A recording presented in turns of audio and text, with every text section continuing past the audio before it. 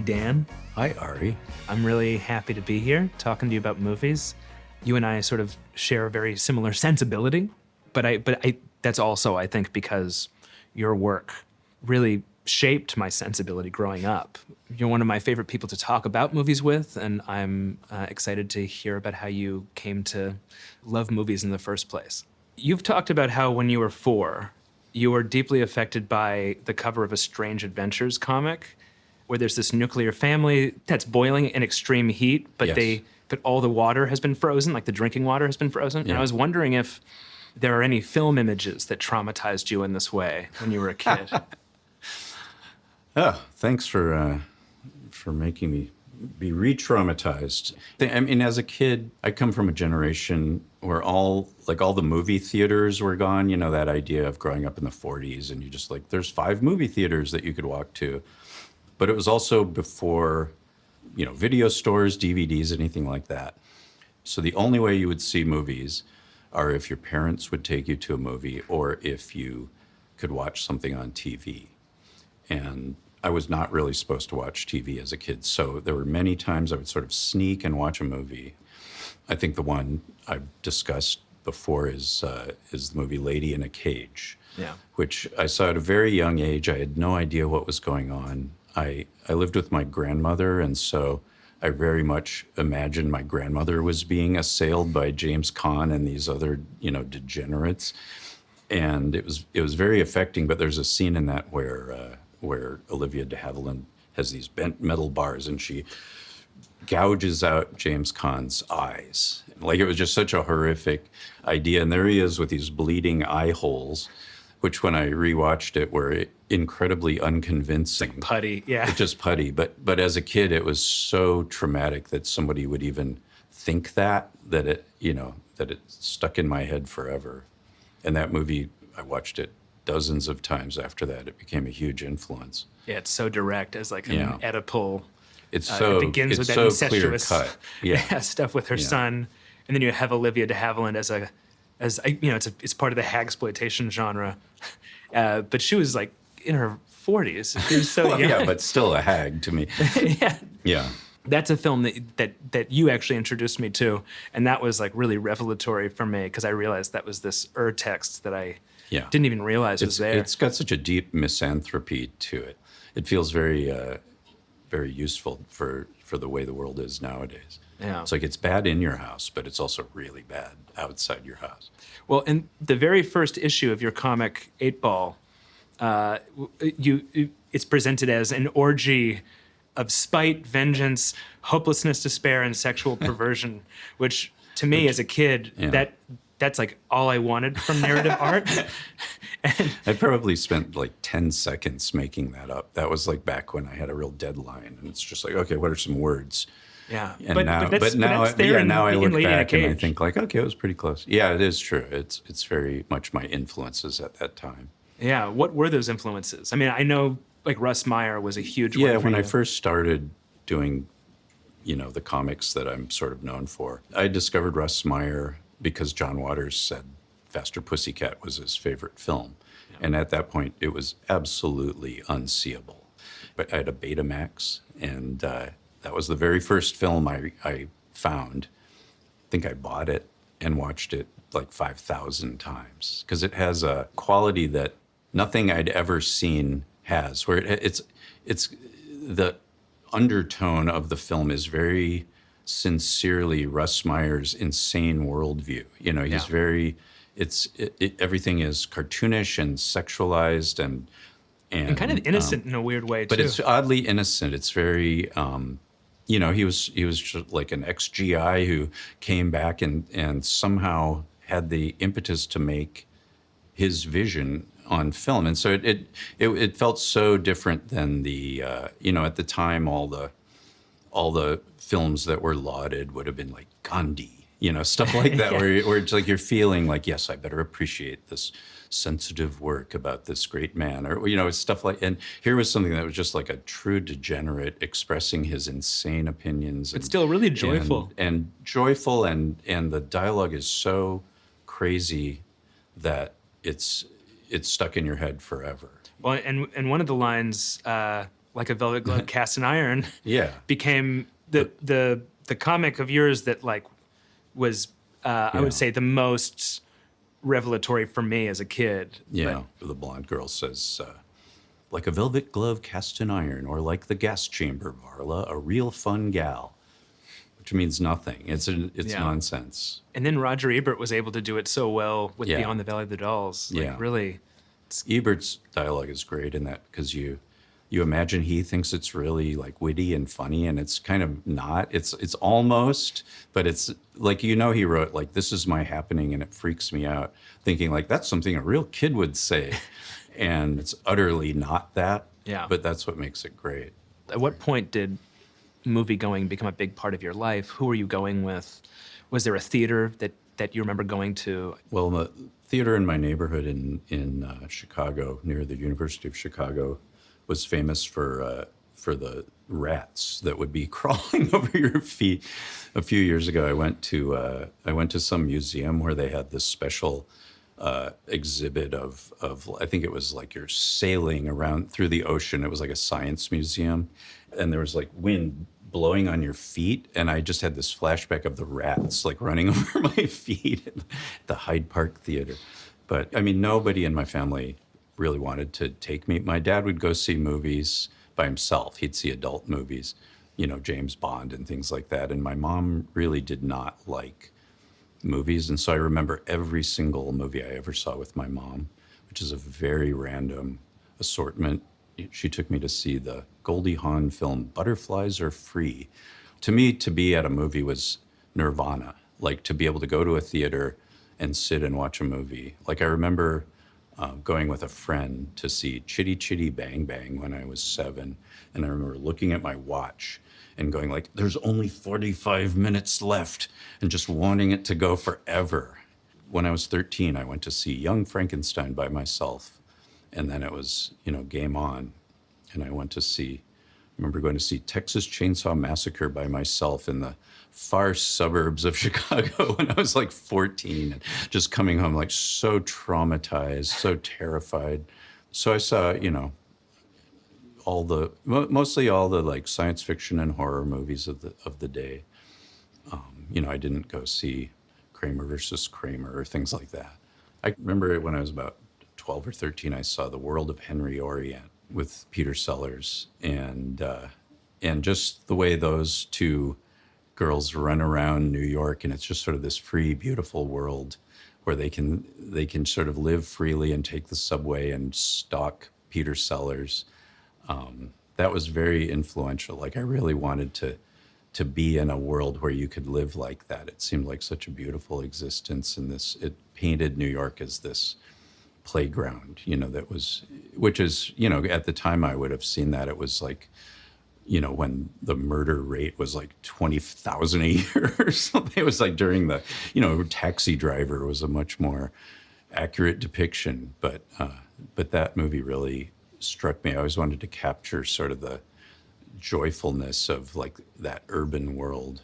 And then I moved to New York when I was 18, went to Pratt in Brooklyn, and I would just go, I couldn't believe I lived in a world of all these movie theaters, repertory theaters. It was my first chance. Like I'd waited my whole life to see A Clockwork Orange, and no way to see that until it played in a rep theater. And so I had such a deficit of that I would it's like, oh, it's at the Cinema Village. I'll go see it Saturday. Oh, it's over here. I'm going to go see it on next Thursday. And I would just see movies I'd wanted to see my whole life, just time after time after time. But I didn't do any canonical research about like, what are the great films? I knew Citizen Kane and things like that. But it was a very haphazard sort of self-education of just like, well, I've heard Last Tango in Paris is good. I'll go see that. And, I remember when I was a kid, I had the Video Hound book. Yeah. Were there any like great guides for you? The thing that was a big guide when I first moved to New York was Michael Weldon. Before he did the Encyclopedia of Psychotronic Film, he just did Psychotronic Magazine.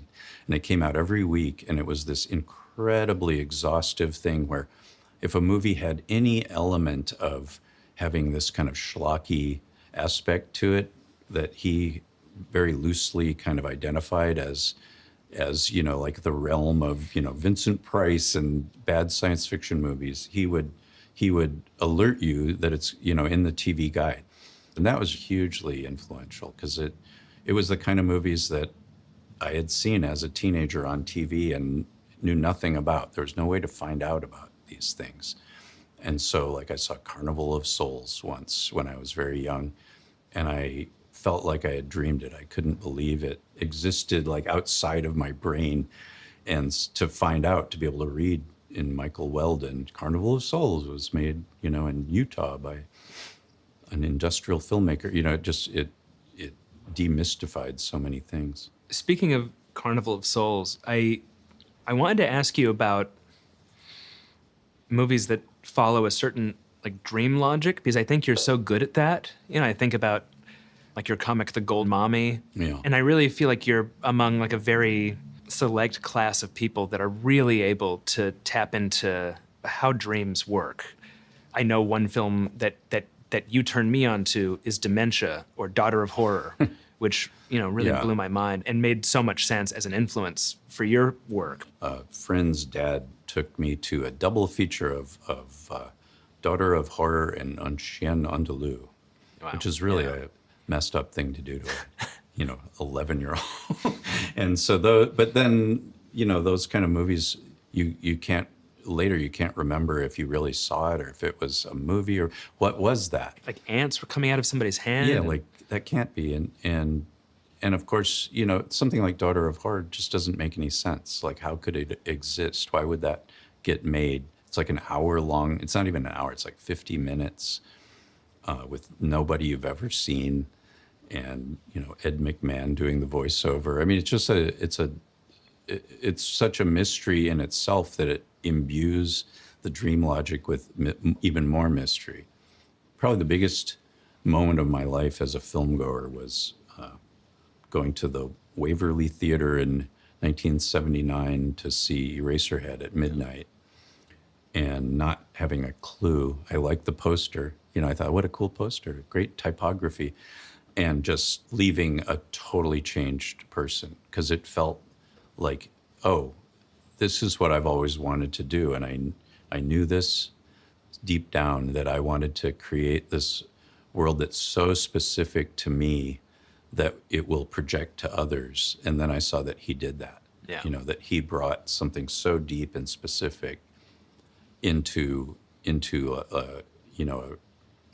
the realm of the actual, and I went back every week for like 3 months. He's amazing too, because he's, for somebody who's so singular and so alienating, the fact that he did tap into the popular consciousness in the way that he did, where like somehow, I mean, now it's like everybody loves him. I remember I was a teenager when like Lost Highway came out, and people still were kind of in a stage of like rejecting him. And I guess that started with Firewalk with Me, where people suddenly started pushing him away. And first time I went to Eraserhead, it was that kind of audience where there's just like one person every, like single people every 5 seats, like nobody's together. And I looked over, and down my row was H.R. Giger.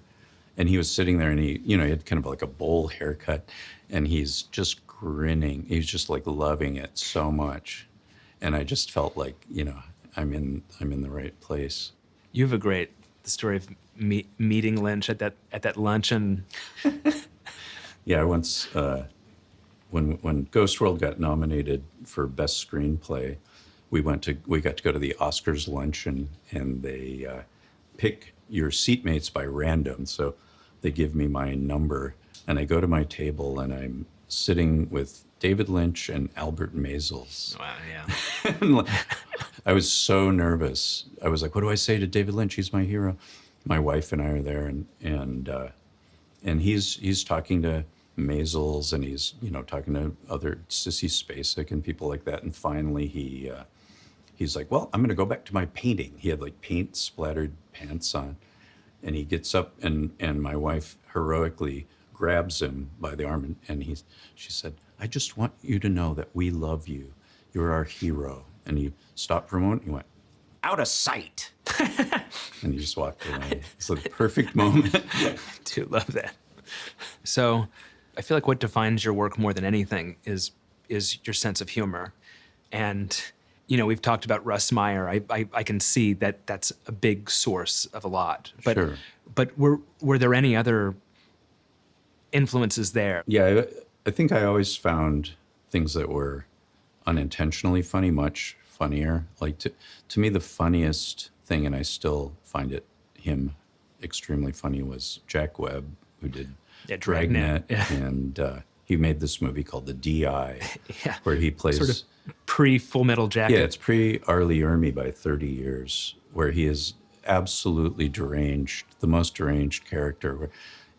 And they put in a love story where he barks orders at some poor woman and gets her to go out on a date. I mean, it's just mawkish and earnest, but also angry and violent, and it just captures this sort of like clueless old man that I both relate to and distance myself from. I find that kind of sort of staccato speaking always very funny. I find I'm very attracted to any movie that has great voices. I love the classic like voiceover artists like Paul Frees, people like that. So is there a point at which you sort of start looking at foreign films? Yeah, there was a certain point in my life where I only watched films that were so obscure nobody could have possibly heard of them. Because I think growing up in the 70s, early 80s, it was such a monoculture, just everybody watched 3 networks, 3 sitcoms at any given time. There were 5 movies in the theater, and it just felt very stultifying. And I think the idea of reaching outside of that and finding these obscure things that were hidden in the cracks. And of course, at that time, you don't know that, like, there's a reason a lot of them are hidden, and there's really not worth your scrutiny. But just the fact that they were obscure, I thought, I'm going to uncover these hidden gems, And every once in a while that would happen. But at a certain point, I thought, like, actually, I should probably start watching, Antonioni films, and it was a sort of a natural progression. I was probably around my late 20s, and I had seen like Kurosawa and Bergman and things like that. This was, renting on VHS at the time. I'd always try to watch like at least one by every great director that I knew of. Yeah, I know Blow Up was really big for you. I saw Blow Up as a kid, or as a teenager on TV. It was on PBS, and it really stuck with me. And I watched it later, and I realized that it's very much about comics. He sequences the images that he takes, and he tries to find a story in it. And I realized that really stuck with me, and that's what I'm doing when I start to draw a comic. I'm figuring out how these images turn into a story. Right. And Antonioni is so good with composition. Yeah. And his movies are so beautiful. Red Desert. The color films. It's always funny. Like, I think of certain movies I saw when I was younger. I saw in black and white. We didn't have a color television until I was like 13 or 12, something like that.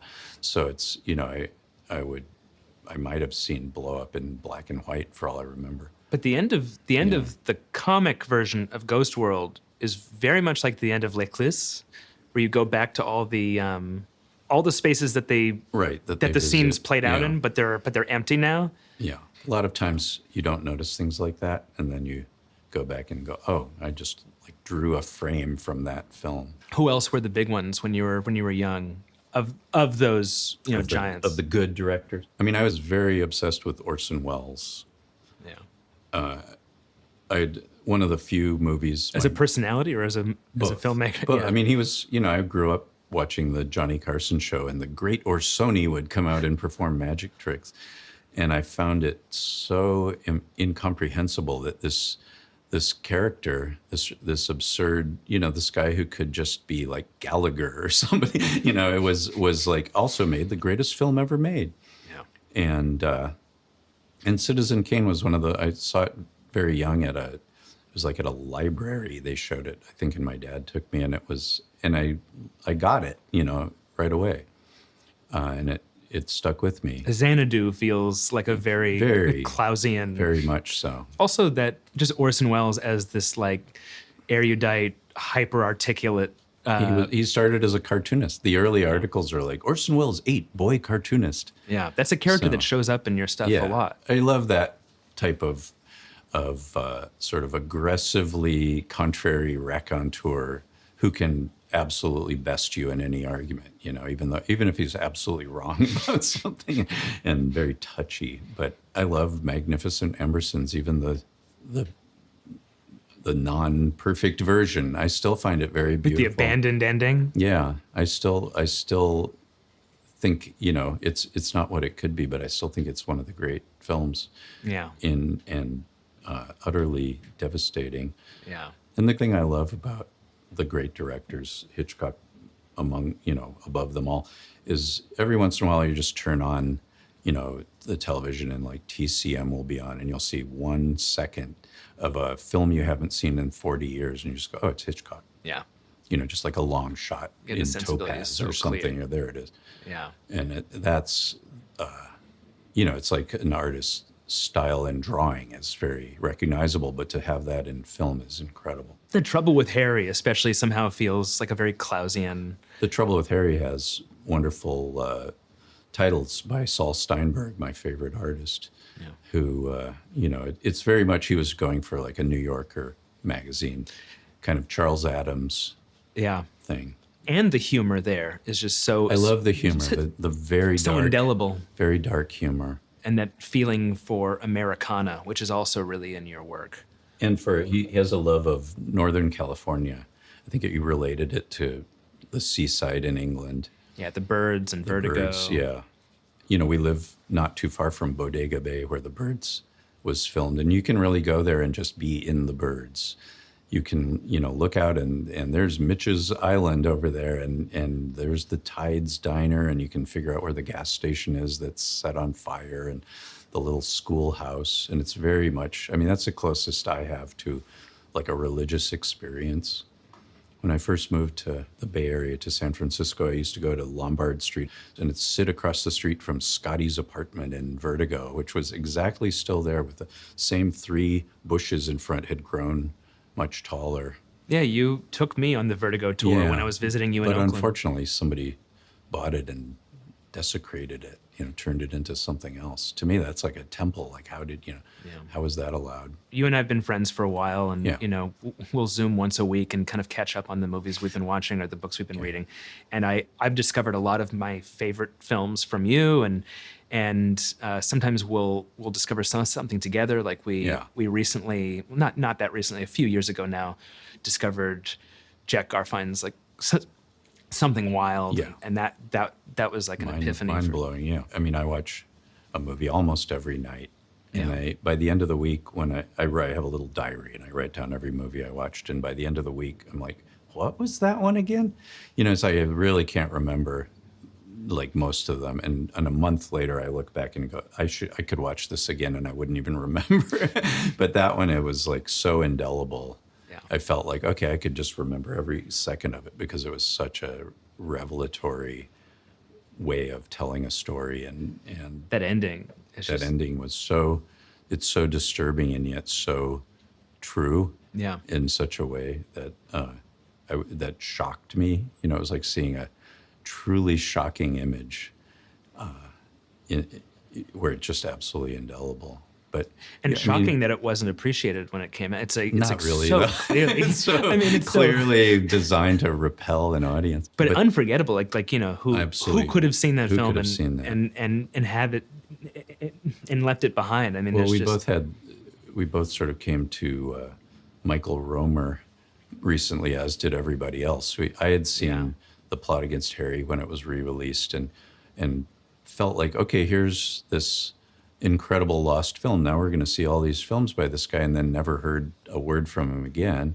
But his other films, Vengeance Is Mine and Pilgrim Farewell, those were shown like one time to like a bored audience in Boston or something. And the fact that people didn't see those and go like, oh, wow, these are actually like way better than every movie that's like getting an Oscar this year. Yeah, Pilgrim Farewell feels like maybe the most honest film about dying that I've seen. And dying itself is one of the most incredible documentaries I've ever seen. Dying's amazing. Yeah, the 3 stories. The one in the middle is the one that The one is in the like middle is just, one of the most astounding.